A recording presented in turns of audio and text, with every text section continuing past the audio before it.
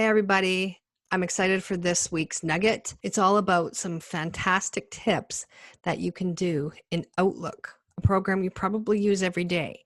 There's lots of different components of Outlook. We're going to be talking about 5 really cool things that you can do in your mailbox to increase productivity. You're not going to believe that these have been here all this time. Let's get started. So I just moved a bunch of my emails into a separate folder. Just for privacy, I turned off it used to be called the navigation bar, but my folder pane, I turned it off. And what I want to do first is talk a little bit about the flag. So how many of you have had a time where you get an email in and you're like, oh man, this looks really, really good. I need to not forget about this email. Sometimes people drag it to a folder that's a to-read folder or to-do folder, but you still have to remember all the time to go in and look at that. So what I like to do is I like to flag it and then give it a date for it to come up. Now on my home tab in Outlook, I see a ribbon. Now, recently with Microsoft 365, they've taken a bunch of stuff off the toolbar and they've put it into these little ellipses over here, the right side, the 3 little dots. So on your screen, you might see a flag there or you might not. It just depends. So for the purposes of today, and actually I'm even going to use this more often, I'm going to go and right click on it and I see everything that I normally would see. There's nothing hiding or anything like the bar at the top. They're supposed to be hiding the things that you don't use very often. So I'm going to right click and I'm going to click on that flag and it says follow up. Now I could just say, hey, tomorrow, remind me tomorrow to read this. But what I actually like to do is I like to go down to add reminder for several reasons. Whatever I flag here is actually going to show up in my task list. So I might not want it to show up tomorrow on my task list. I might want to say, next week, I'm going to be done this project. So I want it to not even show up on my task list until next week. So I could go in and say the 29th, and maybe I want to give myself the whole week to read it. So this is for the people who use the tasks a lot. All right. If you don't use the tasks, then just zip down here where it says reminder and put in your reminder. So if I want to be notified on Tuesday, doesn't really matter what I put up here. This is when the actual reminder is going to come up. And look at the time. It's kind of a goofy time. Pick what time you want, maybe at 10 a.m. so that you can get in on the 7th and you can read your emails and then all of a sudden 10 o'clock it'll come up. So I'm going to click OK on that. And now it'll have a little alarm on it. So if the time comes, it reminds me, I go in and I deal with this email. If you don't want it to come up anymore, you can go into follow up and just go clear or mark complete. That's your first cool little tip. Another one is about moving something. Now, if I wanted to move this, maybe I have a folder called offers and I want to move this Tim Hortons email into offers. Well, for one thing, I don't see my little folder list on the side. And another thing is that my folder list is about 50 folders long. And within those folders, sometimes there's subfolders. My goodness. So what I can actually do is I can go, again, I'm going to use my right mouse. It's up there on the toolbar somewhere, but I'm going to use right mouse and I'm going to say move. And what it does is it lists me my favorite or my most recently used folders. So if there was a folder in here that I use all the time, I could simply click on it and it would just move it there. And move means it comes out of the folder that you're in. So it's not a copy. You see a copy there, but if you just go click, then it'll just go directly in there. If you don't see the folder you're looking for, you can click on other folder and it'll list all of your folders and you can even create a new folder there. So that is a pretty cool thing there. There was something there called always add messages in this conversation. That's a rule. We do that in our Outlook courses. Probably we'll do a nugget on that one day as well. That's a whole 10 minutes, 15 minutes just to talk about rules. The next one is a keystroke that has been around for 100 years. If I wanted to do something like delete or move a bunch of these, if I wanted to do these 3, 1, 2, 3, I could click on the first one, hold my shift key down, and click on the third one. That selects from here to here.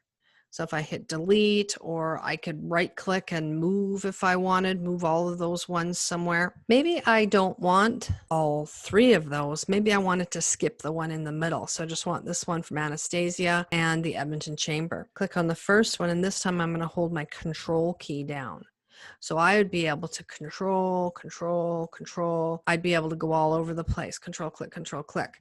And as long as you don't click without the control key held down, you have all of these to do whatever you want with. Delete, move, whatnot. Categorize. That's another topic for a nugget session. The other thing that you can do if you have it grouped like this is simply just click on the top like last week.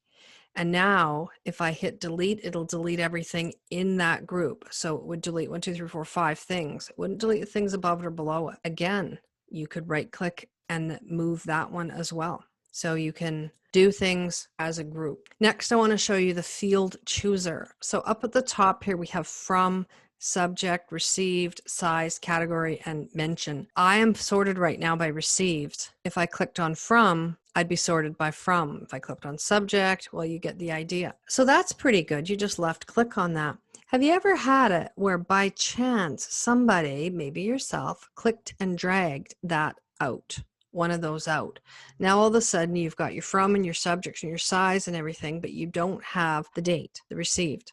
So you could go up to the bar itself, and I'm going to use my right mouse and I'm going to say field chooser. Now when I say that, it brings up this little box, and in it, it has a whole bunch of choices. Now there's some categories of things. Usually what I want is in frequently used fields. Now the one that I just drag off my toolbar will be in here. There it is, received. So I can drag that back up there, and there it is.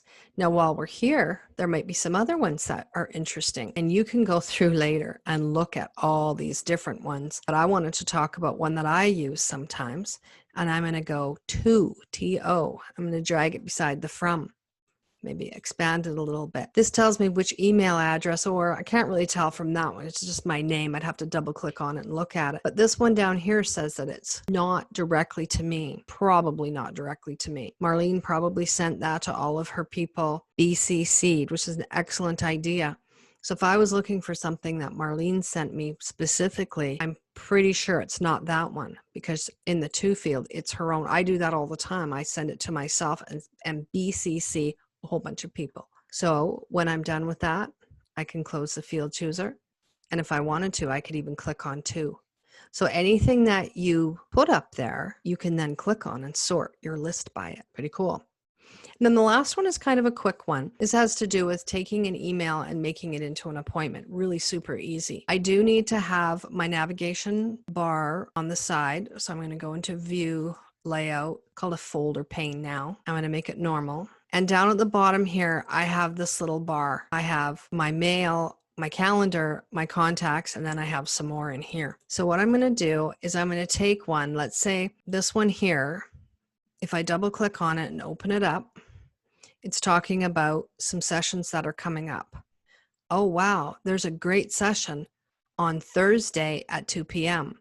That's excellent. I want to mark that in my calendar, Thursday, 25th, 2 p.m. So a lot of times people will go over to their calendar and they'll put it in. What I'm going to do is I'm going to take it and I'm going to drag it to my calendar. And what it will do is it'll come up with an appointment. It'll make the title of the appointment the same as the subject line was of the email. Now, it's not really smart enough to know to go in and make it the right time. It doesn't really scan the email or get information from the email. So you have to do that part yourself. But you could clean it up a little bit. Maybe you don't need some of this stuff on here. There you go. This is what I want. Now, that was a copy, so it hasn't come out of your inbox. Now, you might have noticed it doesn't really look as pretty as it did. I don't know if you remembered how pretty it was, but I'm going to close this without saving. And I'm going to come back to this one. I'm going to open it up again. And you can see that it really is quite pretty. So it lost some of the formatting. So my final tip on that is to not just left click and drag, but right click and drag to your calendar. And look at all the choices that you have here. what I'd like to do is I'd like to copy here as appointment with attachment. And attachment, that doesn't mean like a Word document or a PDF or something. It means that it's going to create the appointment, but it's also going to give you the original email in Outlook format, which happens to be very pretty. There it is again. So it just took it completely intact. So now if I were to save it and close it, then it would go onto my calendar and come up when I wanted it to, and all the information is there. So I hope you enjoy those tips, and if there's ever tips that you're interested in seeing or features, please let us know, and we'll try our best to have them as one of our weekly nuggets. Thanks for watching.